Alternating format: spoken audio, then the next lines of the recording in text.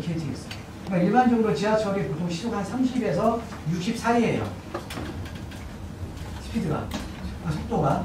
근데 얘는 120에서 180 사이입니다. 엄청나게 빠르죠. GTX가. 그러니까 우리가 지금 A 노선 같은 경우가 파주에서 삼성동까지 22분이면 오는 거예요.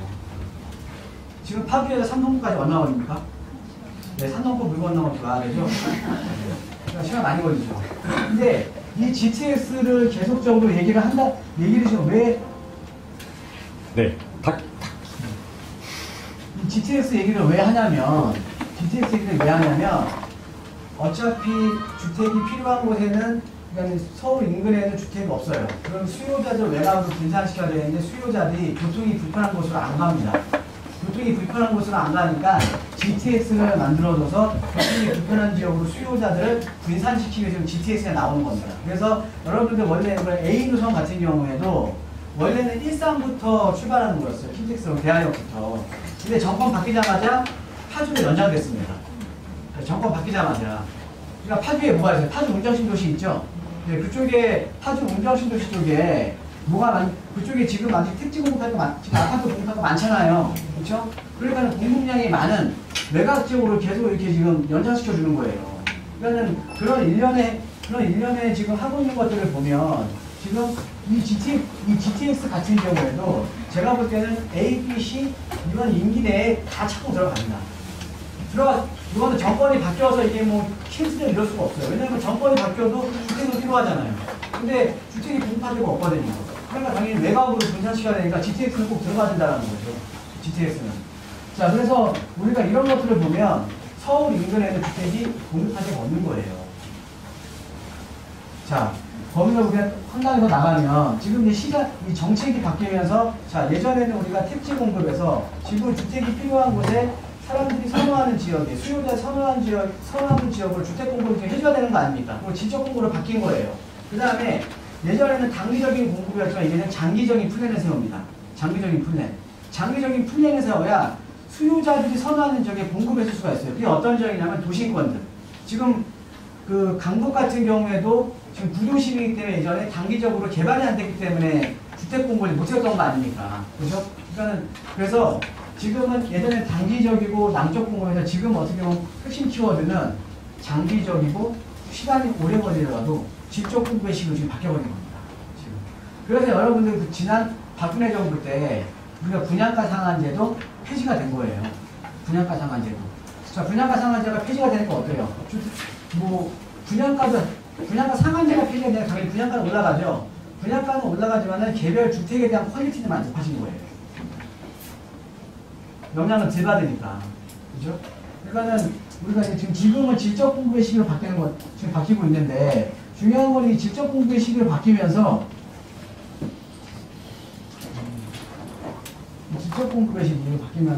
도심의 주택을 공급을 해야 되는데 이 도심에는 토지가 없어요. 중요한 건 주택 공급한 토지가 없어요. 주택을 공급할 가용할 토지가 없습니다. 가용 토지가. 그럼 가용 토지가 없으면 어디다 공급해줘야 돼요? 여러분 잘 아시잖아요. 재건축 재개발. 그러니까 주택을 공급할 때가 재건축하고요. 재개발밖에 없어요. 이거 두 개밖에 없어요. 여러분 서울에 마지막 남은 택지가 마곡지구였습니다. 마지막 남은 택지가. 그러면은 우리가 노후된 지역에 노후된 재개발 지역이나 아니면 아파트가 노후된 지역의 재건축 지역이나 이 두 개를 통해서 주택 공급을 해줄 수밖에 없는 거거든요. 자, 그런데 이 재건축 재개발은 공교롭게도 아까 제가 좀 잠깐 언급해 드렸듯이 얘는 민간 사업이에요. 민간 사업. 소유자들이 모여서 하는 민간 사업입니다. 아까 우리가 과거에 택지 공급을 했던 그 시기는요, 민간 사업이 아니라 정부가 주도했던 사업이에요. 정부가 강제로 땅 뺏은 거 아닙니까? 여기 오늘부터 분당시 도시야? 너 땅 지주는 너 수용당하고 나가. 그러면 돈 더 달라고 할 거 아닙니까? 그럼 재판으로 일단 땅을 주고 나가. 강제로 뺏은 거잖아요, 땅. 그렇죠? 그러니까 과거에는 정부가 주도해서 주택 공급을 촉진시켰다 그러면 지금은 민간이 주도하는 거예요. 민간이. 자, 그런데 이렇게 되면서 이제 많은 또 문제점이 발생을 하는 거예요. 이 정치 자체가 더 복잡해지는 겁니다. 그러니까 뭐냐면 정부가 주도하는 거는요, 지네가 손해보더라도 해요. 왜? 공공의 이익이 목적이기 때문에. 그러니까 우리가, 그래서 지금 LH공사 같은 경우가, LH공사가 택지를 공급하는 데잖아요. 땅 장사하는 데인데, 땅 장사하는 데가 지금 부채가 100조예요. 얼마나 장사를 못했으면. 그러니까는 정부가 주도하는 거는 손해를 보더라도 공공의 이익이 목적이기 때문에 해요. 그냥 예를 들어서 과거에 이명박 정부 때 보금자리 주택 한 채 공급할 때마다 제가 듣기로는 항상 7천만 원씩 손해봤대요. 한 채당. 그러니까 그 당시에 이명박 정부 때 어떤 일이 벌어냐면 이명박 정부 전에는 그 당시에 LH공사 부채가 90몇 조였거든요. 100조가 안 됐어요. 근데 임기 말에는 150조까지 올라갔습니다. 임기 말에. 당연히 마이너스 났으니까. 한 채당 7천만 원 손해봤으니까. 자, 근데 이 민간으로 이제 주택 공급이 넘어오면서 이때부터 이제 많은 문제점이 발생하는 거예요. 자, 여러분들께서 만약에 어떤 지역의 재개발지역이나 재건축 지역의 소유자인데 여기 지금 재개발하면 하나도 안 남아. 하실래요? 대신에 임대주택은 우리가 재건축이나 재개발 지으면 임대주택 공급 확보해야 되죠? 임대주택을 우리가 확보해야 돼요. 대신에 임대주택은 지어져요. 대신에 내가 하나도 안 남아. 그냥 또이또이야. 하시겠어요? 안 하시겠어요? 안 해요? 소유자한테? 대개발이 20년도 20년. 그것도 제가 잠깐 말씀드릴게요. 10년. 그래서 타이밍이 중요한 겁니다. 20년도는 이제 이거는 해제됐어요? 빨리 가르쳐주면 어디에요? 인문상구요. 예? 인문상구요. 인문상구요. 50일 날. 축하드립니다. 그러니까 아까 제가 너무 빨리 들어가시면 안 되는 거죠. 너무 빨리 들어가시면 안 돼요. 타이밍이 중요한 거예요. 이분이 말씀하신 것도 아마 이따가 제가 말씀드릴 거예요. 말씀드릴 거니까. 들어가는 게 아니에요. 아니, 거기 원주민이시죠? 네. 그냥 그런 것도 여기 제가 말씀드린 거 다 나옵니다. 이따가 보면. 네. 왜 최근에 이문뉴타운 예전에 그 사업 속도 상당히 느렸고 진행도 안 됐고 말도 많았던 이문동이라던가 아니면 뒤에 장희동이라던가 이런 데가 이제 왜 속도가 빨라지는지 이런 얘기를 제가 다 해드릴 겁니다. 자, 근데 중요한 거는 재건축, 재개발을 하려면 민간 사업이 여기 소유자들이 주도를 하니까 얘네가 배 터지게 많이 남아야 돼요. 안 남으면 안 해요. 안 남으면 안 해. 최근에 재건축 조합원도 얼마나 나왔습니까? 그죠? 많이 남았는데 이번에 이제 반포연대 이제 재건축 초과익 환수 그 세금 이제 예상분 나오니까 지금 난리 났죠 또. 네, 난리 났어요. 예전에 많이 먹을 때는 안 나가다가 많이 먹다가 처음 매 맞는 거니까 처음 맞을 때가 제일 아파요. 자, 그래서 이 재건축 재개발 같은 민간 사업이기 때문에 이 민간이 많이 남겨줘야 돼요. 그죠? 그러면은 얘네가 많이 남게끔 해줘야 될 거 아닙니까? 얘네 많이 남겨 먹어라. 그래야지 얘네가 으쌰으쌰하고 막 갈 거 아니에요. 그래서 지금 이문동이 온 거예요. 그래서 으쌰으쌰하고 갈 거 아닙니까? 야, 이거 하면 우리 많이 남는다. 집을 뺏겼어. 네, 그러니까 안 남으면 안 하는 거고 남으면 해요. 당연히. 근데 이걸 남기려면 여러 가지 우리가 박근혜 정부, 지난 정부 때 규제를 완화를 해줬던 겁니다. 어떤 규제를 완화? 아까 말씀드린 분양가 상한제도 폐지해줬고, 자, 분양가 상한제가 폐지해야 되니까 어때요? 분양가가 올라가죠. 그 분양가 올라간 만큼 건축비가 올라갔습니까? 예, 그 분양가 올라간 만큼 10분의 1도 건축비 안 썼어요. 분양가 상한제가 되니까 분양가 올라가 버린 거예요. 자, 그럼 분양가가 올라간, 일반 분양가가 올라간 거잖아요. 그러니까 만약에 10억에 분양할 거를 12억에 분양했던 거죠. 그러면은 조합원 입장에서는 조합의 이익이 늘어나죠. 그러니까 조합의 이익이 늘어났다는 건 조합원이 부담하는 추가 분담금이 낮아지는 거 아닙니까? 그죠? 그러니까 사업성이 어마어마하게 개선이 되는 거죠. 근데 추가 분담금도 낮아지고 거기에다가 사실은 결과론적으로는 내 자산 가치가 2억이 더 많아진 거예요. 내 자산 가치가 2억이 더, 원래 10억짜리가 되는데 2억이 더 늘어난 거야. 그런데 여기만 있었으면 괜찮았죠. 근데 옆에서 얘네 보고 너 12억이 했어? 우리 13억이야. 그럼 얘도 또 올라. 그러면 너 13억이네? 얘도 분양이 다 돼요. 얘 14억이야. 어때요? 그러니까 초기에 분양했던 것 중에 입주 때는, 그러니까 초기에 분양했던 단지들은 입주 때 되면은 한 5억, 6억씩 올라가 있는 거예요. 그냥. 그런데 이게 어떤 거냐면 여러 가지 규제가 되니까 얘네들의 사업성이 좋아지고 그러니까 처음에는 사업성은 확보를 시켜준 거예요. 분양가 상한제 폐지해주고 여러분 잘 알고 계신 재건축 초과이익 환수제 유예시켜주고 그 다음에 거기다 가장 중요한 건 뭐예요? 또 하나 양도소득세 완화해주고 그래야지 투자자가 들어오니까 네? 여기 양도소득세 중과시키면 안 오잖아요. 그러니까 그 당시만 하더라도 우리가 2013년도 14년만 하더라도 양도소득세 그러니까 2012년 넘어가면서 이 양도소득세가 원래는요 우리가 예전에 우리 양도소득세 중과했었죠. 일가구 주택은 50% 중과, 상주택은 60% 중과. 지금은 10%포인트 중과, 2주택, 3주택 이상은 20%포인트 중과. 그러면서 양도소득세 같은 경우에도 중과에서 물론 그때 유예가 됐었지만 중간에 아예 중과를 그냥 폐지를 했던 겁니다. 그러니까는 폐지를 해줘버리니까 유예를 시킨다는 거는 투자자 입장에서는 불안한 거야. 또 내년부터 중과되는 거 아니야? 그러니까 불안하잖아요. 그런데 아예 폐지를 했던 거는 투자자들이 마음 먹고 들어오는 거예요, 이제. 그 양도 차익이 나도 내가 양도 차익, 세금 내 양도 차익이 많으니까. 그러니까 투자자들이 이제 물밑에 쓰다 오는 거죠. 그러면서 지금 가격이 오른 겁니다. 그래서 우리가 이 재건축 재개발 같은 경우에는 민간이 주도하는 사업이기 때문에 민간이 주도할 수 있도록 규제를 많이 완화를 해줬던 거예요. 세금이라던가 아니면 각종 뭐 정비사업에 대한 규제라든가 이런 걸 많이 완화를 해줬던 겁니다. 여러분 최근에 그 안전진단 있죠? 안전진단. 지금 이제 재건축 안전진단 기준이 강화됐잖아요. 어떤 기준이 강화됐어요? 그냥 안전진단 기준만 강화했다는 건 아니죠? 많이 나오잖아. 네. 우리는 신문을 봐도 탈세밖에 안 보잖아. 무조건 하나 나오죠. 안전진단 제목밖에 없습니다. 이게 뭐냐면요. 여러분 우리가 재건축이든 재개발이든 노후된 게 중요해요. 노후된 게.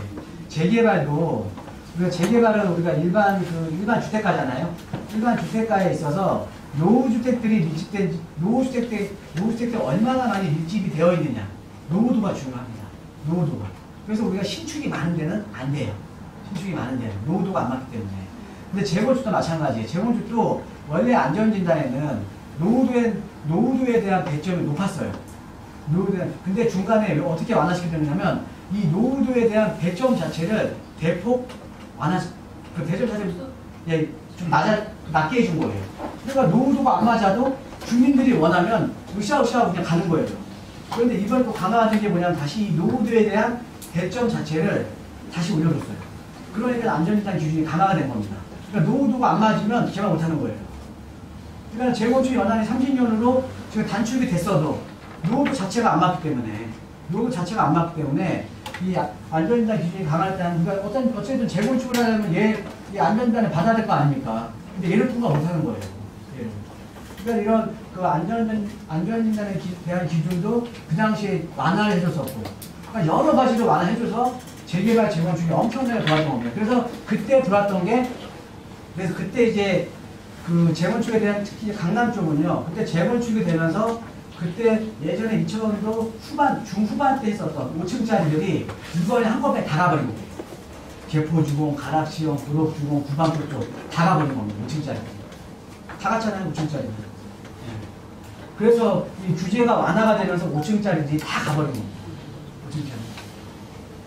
자, 그런데 중요한 거는, 자, 그러면 지금은 이 재개발, 재건축을 통한 지금 주택 공급을 해주고 있잖아요. 그죠? 재개발, 재건축을 통한 주택 공급을 규제를 완화를 해주고 있는데, 그럼 아까 우리가 여기에서도 핵심적인 지역이 뭐 신도시에서는 분당이 있었고, 그죠? 그 다음에 이제 지역적으로는 강남이 제일 많이 올랐고, 그럼 여기에서도 가장 핵심적인 지역이 있을 거 아닙니까? 재개발 지금 정책이 바뀐 거잖아요. 정책이 바뀐 거잖아요. 예전에 택지 공급을 통한 주택 공급에서 지금 어떻게 보면은 키워드만 보면 재개발 재건축을 통한 주택 공급이거든요. 그러니까 예전에 외곽에 공급했다 그러면 지금은 센터에 하는 거예요. 이 센터에서 가장 핵심적인 지역이 있을 거 아닙니까? GTX. 갑자기 보시는 거예요. 인문동 아닌가요? 인문동?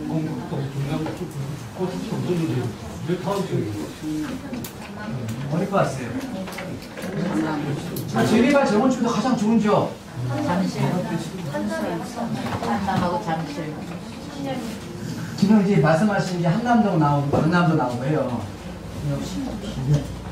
한강변이라면 한강, 네, 한강변이랑 또 하나는 또 강남입니다. 바뀐 거예요. 도심에서는 한강변하고 강남이에요. 한강변하고 강남입니다. 그러니까 재개발 재원, 그러니까 한강변하고 강남에 있는 재개발 재건축이 지금은 제일 좋은 거예요. 지금은 좋을 수밖에 없죠. 재개발 재건축이 지금 중심에 서 있는데 이 중심으로 인해서 그 중에서도 한강변하고 용산이 아니 한강변하고 강남 이런 지역들 여기다 또 하나 투자 그러면 용산 들어가죠. 그러니까 강북에서는 용산, 그 다음에 한강변, 그 다음에 강남입니다. 이 지역이 앞으로 가장 좋아질 수밖에 없어요. 가장 가격이 많이 올 수밖에 없는 거고. 이게 왜 그러냐면요. 이렇게 보시면 됩니다. 자, 그러면 이제 지금은 도심의 주택 공급을 지금 하고 있는 거잖아요. 그죠? 도심의 주택 공급을 하고 있는 건데, 자, 강남이라는 데는, 강남의 인프라는, 아까 오늘 몇몇 분들이 지금 용산이라는 지역을 말씀하셨는데, 이 용산이, 용산 저도 개인적으로 괜찮다고 봅니다. 근데 용산이 아무리 개발이 된다고 하더라도 강남의 인프라는 못 따라가요. 따라갈 수가 없죠. 강남의 인프라는 못 따라갑니다. 그런데 이 강남의 인프라는 못 따라가기 때문에 그래서 강남은 계속 가요. 여러분 언제 항상 그렇잖아요. 강남이 매 맞을 때는 제일 많이 맞고요. 또 칭찬받을 때는 제일 많이 맞아요. 요즘 또 갑자기 시장 안 좋아지고 저는 참 이상하게 보면은 최근에 재건축도 막 3, 4억씩 많이 올랐잖아요. 한 6개월 만에 한 3, 4억씩 올랐거든요. 근데 한 2, 3천 지금 떨어졌어요. 그거 떨어진 거 안 떨어진 거예요? 안 떨어진 거죠. 근데 막 떨어졌다고 막 걱정들 하세요. 6개월 만에 한 4억 올랐는데 2, 3천 떨어졌다고 막 걱정들을 하죠. 이해가 안 되는 거죠. 그러면서 또 신문에 어떻게 나오는지 이거 한번 보세요. 이제 강남 끝났다 나오고 또 나와요. 다시 한번 또 2012년도가 시작도 나옵니다. 2012년도가 가장 저점이 그때 그랬었거든요. 2012년도에도 강남 대표는 끝났다. 이제 강남은 끝났다고 하거든요. 그냥 시장이 안 좋을 때는 가장 많이 사실 자 우리가 가격이 시장이 안 좋을 때 지금 시장이 좀 죽어줘야 돼요. 사실은 지금 여러분들 투자자 입장에서는 어떤 시장이 가장 좋냐면 이런 시장 하나도 안 좋아요. 이렇게 되면 훅 떨어집니다. 투자자 입장에서 그 다음에 시장 참여자 전체적인 시장 참여자들이 가장 좋은 시장은 이게 아니라 천천히 올라가는 게 제일 좋아요. 제일 좋습니다. 이런 게 제일 좋아요. 이렇게 오르는 시장은 그러니까 산이 깊은 굴이 깊은 거예요. 근데 사실 최근에 이랬던 거예요. 이랬으니까 제가 볼 때 지금 많이 떨어져야 돼요. 지금. 자, 여러분들 지금 영등포 쪽에 신기루타운 이런 데가 3년 반 전에 30평대가 5억 7, 8천에 분양했거든요. 지금 10억이에요. 네, 5억 7, 8천에 분양했는데 지금 10억입니다. 너무 많이 오른 거 아닙니까? 너무 많이 오른 거예요, 사실. 사실 조정 받아야 돼요. 안 받으면 안 됩니다. 이게 조정 어느 정도 받아줘서 에너지가 쌓여야 다시 한번 이제 상승 동력이 생기는 거지. 여기서 멈췄다가 올라간다? 또 못 올라가요. 못 올라가요. 떨어져야 돼요. 자, 그런데 중요한 거는 지금 이제 우리가 이제 강남 같은 데는 모든 인프라가 갖춰져 있기 때문에 아무리 용산이 좋다고 하더라도 강남은 못 따라가요. 그러니까는 강남을 능가하지는 못해도 용산 자체는 이제 포스트에 강남을 뒤따라갈 수 있는 정도는 된다라는 거죠. 그래서 우리가 앞으로 이 정책에 있어서 가장 좋아지는 점은 역시나 또 강남이에요. 그래서 강남이 제일 많이 오는 겁니다. 그래서. 그 다음에 또 어떤 점이냐면, 과거에 비해서 소득 수준이 많이 높아졌잖아요. 소득 수준이 엄청나게 높아졌잖아요. 그 다음에 시장 양극화는 더욱더 심화되는 겁니다. 시장 양극화.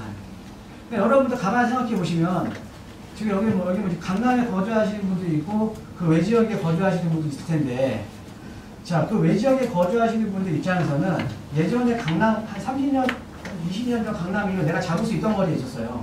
조금만 무리하면. 조금 대출 받아서 오면 아니면은, 아유, 그냥 옮기지 뭐. 했으면 옮길 수 있는 위치였어요. 강남의 아파트는. 그런데 10년 전에는, 이제 점점 이제 부담되는 거야. 지금은 못 가요. 우리 현재님께서 이문동에 20년 전에 하셨는데 20년 전에 만약에 강남에 다가구라도 사놨으면 비는 지금 한 30억 갔어요. 진짜입니다. 이게 제가 요 얘기는 여러분들 지금 시장이 많이 변화된 거거든요. 근데 여담 사람한테 말씀드리면 좀 조시는 분이 있으니까 예전에 제가 아주 머릿속에 기억에 나는 분이 있어요.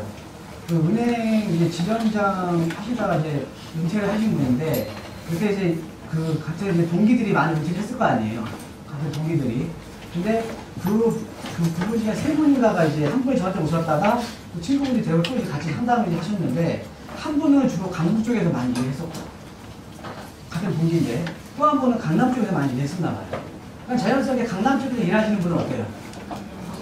그러니까 강남에 집을 갖고 있죠. 그래서 그분 같은 경우는 개포주공 갖고 있고 여기 잠실주공 5단지 갖고 있고 하여튼 뭐 재건축 아파트 한 3채가 됐어요. 그런데 강북 쪽에서 계신 분은 강북에 거주하시거든요. 근데 강북에 제가 어떤 지역이라고 말씀 안 드려요. 그분은 그 당시에 90년도 중반인가? 중반 때 땅을 샀어요. 땅을 사서 다가구를 지었어. 월세 받으려고. 그 당시에 한 5억인가 들어갔대요. 5억인가 들어갔는데 그 당시 봤을 때가 지금 한 6, 7년 전에 그분을 들었으니까 6, 7억 들어가서 한 5, 6억 들어가서 15년 있다가 한 8억인가에 팔았어요. 손해죠. 다 손해본 거 아니에요, 완전히. 그죠? 15년 동안 나는 6억 받아놓고 5억 받아놓고 돈이 하나가 생긴 게 아니잖아요, 이거는. 그죠? 근데 그 같은 동기인데, 이분 같은 경우는 자기가 그쪽으로만 이제 그쪽 지점으로 돌았으니까 그쪽에 집을 사고 그쪽에 집을 사다 보니까는 주변에 맨 이런 것밖에 안 보이는 거야. 그러니까 항상 사람은 자기 살고 있는 주변에 투자하거든요. 그래서 결론적으로는 지금 자산 가치가 은퇴를 하면서 보니까 자산 가치가 많이 벌어나버리는 거예요. 그러니까 이게 이런 경우가 많습니다. 제가 듣다 보면 이런 경우가 많아요. 여기 와서 저랑 상담하시는 분이 강남 분도 있고 지방에서 오시는 분도 있고 강북에서 넘어오시는 분들이 있는데 이 부동산에 대한 지식 수준이 강남에 여러 채 아파트 갖고 계시는 분이 특별히 좋은 게 아니에요. 똑같이 알아요. 근데 보이는 게 그거밖에 안 보이는 거예요. 보이는 게. 여러분 지금 우리가 뉴타운이라든가 이런 거 있잖아요. 뉴타운. 예를 들어서 그러니까 뉴타운 중에는 강남 사람들이 가장 선호하는 뉴타운이 어디예요? 네? 네. 한남 또? 네? 한남이랑 지금은 수성 뉴타운 선호합니다. 수성 뉴타운이 지금 개발 끝났으니까 처음에 뉴타운이 지정을 될 때는 어려웠죠. 멀리 안 가요. 뉴타운도 멀리 안 갑니다. 그냥 주변에 보이는 데만 가요. 주변에 보이는 데만. 그러니까는 항상 투자를 할 때 주변적인 투자를 하는 거예요. 주변적인. 그러니까 이게 내가 어느 곳에 또 상느냐에 따라서 내가 만약에 이 부동산에 대한 지식이 없으신 분들은 내가 어디서부터 시작을 하느냐에 따라서 사실은 자산 형성이 좀 달라지는 거죠. 시간이 지나서. 많이 벌어져 버리는 겁니다. 많이. 그런 것도 염두에 두셔야 돼요. 그러니까 여러분 자제분들도 이왕이면 조금 부담스럽겠지만 좋은 데서 생활하시는 게 훨씬 낫습니다. 그리고 특히나 지금 외곽에서 있다가 서울에 입성한다? 택도 없어요. 못 들어와요. 못 들어옵니다. 여러분들 주변에서 은퇴하시는 분들 있으면 친구분들도 자 2000년도 중반에 강남에 집 팔고 용인으로 내려가신 분들 많아요. 이제 애들 이제 다 뭐 가르치고 했으니까 좀 넓은 그때까지만 해도 대형 평형이 선호가 높았으니까 좀 대형 평형이 많고 좀 주거가 아주 쾌적한 용인에 이제 강남 집 팔고 내려가시는 분 많거든요. 근데 그분들 서울에 이제 영원히 못 올라오시는 거예요. 거기는 반토막 났고 여기는 따따블죠. 따블좀 못해요. 못 올라오는 거죠. 근데 특히나 이제 외곽에서 서울로 들어온다? 상당히 어려운 거죠. 물론 들어올 수 있는데 선호도가 높은 지역으로는 잘 못 들어옵니다. 이제 양극화가 점점 심화되고 있는 거예요. 그래서 지금의 이 주택공급에 대한 정책이 2012년에 기점으로 바뀌면서 하나의 핵심적인 지역은 강남을 계속 갑니다. 강남. 그 다음에 또 한 군데가 어디냐면 바로 아까 용산하고 한강변이에요. 이게 용산하고 한강변 라인이 어떤 지역이냐면 자 강북에서 용산이 좋은 이유는 여러분들 용산에 개발 과제 많죠. 뭐 있어요? 많이 알고 계시잖아요. 네? 용산 9.9로 무산됐는데 2013년도에 무산됐잖아요.